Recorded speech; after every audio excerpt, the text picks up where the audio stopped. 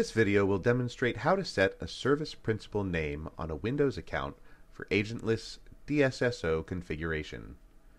First, we need an Active Directory account that can be used to host the SPN record. We recommend a dedicated service account for this purpose.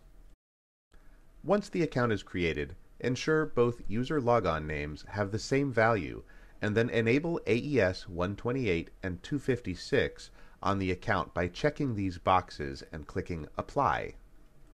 Now we're ready to set the SPN record. Open a command prompt as administrator on a domain-joined machine.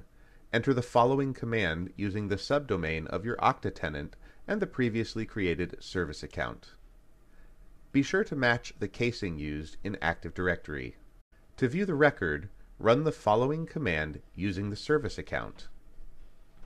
If a mistake was made, the record can be deleted using the following command. Once these steps are complete, you're ready to continue setting up Agentless DSSO in the Okta Admin dashboard by configuring these credentials under the delegated authentication settings. For more support videos like this, check out the Okta Support playlist.